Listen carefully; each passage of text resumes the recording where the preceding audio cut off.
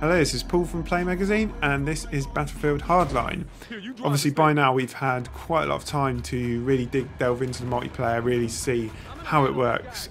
Good news is that our impressions haven't changed that much since we first jumped into it, which are that it's really good. Not necessarily best in class when it comes to Battlefield. Conquest in particular doesn't feel as good as it has done in the past.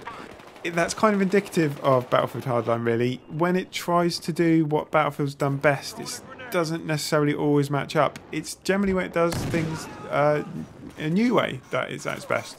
So new modes, for example, like Hotwire, which for anyone who doesn't know is a bit like Conquest in that you have control points that you have to capture for your team. But in this mode, the control points are cars, and you have to keep those cars up to speed to keep them in your team's control. That mode, you really get this whole cops and robbers feel that Visceral, who are developing it, are going for. You know, you get teams of people driving about, chasing control points, hanging out of car windows, firing grenades. Really exciting mode, really fun to play. Heist is another great one. A bit like Rush from past Battlefields, you have a vault that the criminals have to break open, the cops have to stop them getting into. That's kind of the first phase of it. If the criminals do break the vault, then they've got to get the loot inside to escape point. So there's kind of a second phase there. That's another one of the better modes in Hardline. Something that's worth mentioning in the wake of Battlefield 4 is that it works online. You can go online and you can play a game and it works, which shouldn't be something to praise. That's the bare minimum that you should expect. But we didn't get that at Battlefield 4's launch, so it's good that we do get that this time around. I'm not a fan of the progression system in this.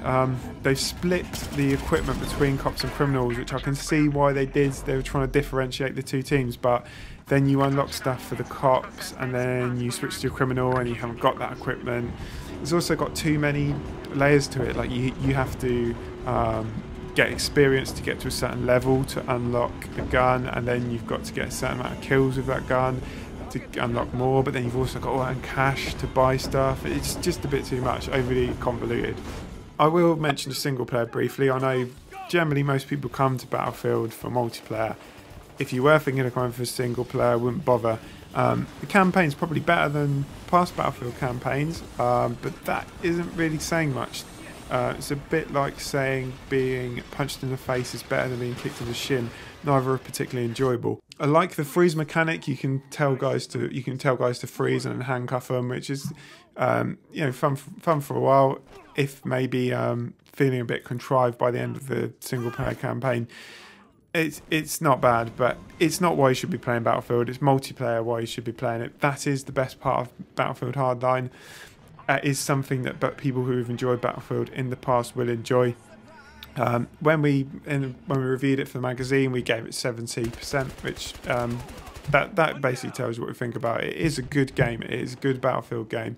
Very much enjoyed it, and we would recommend it if you like your multiplayer shooters. If you want a single player campaign, go somewhere else. Come out!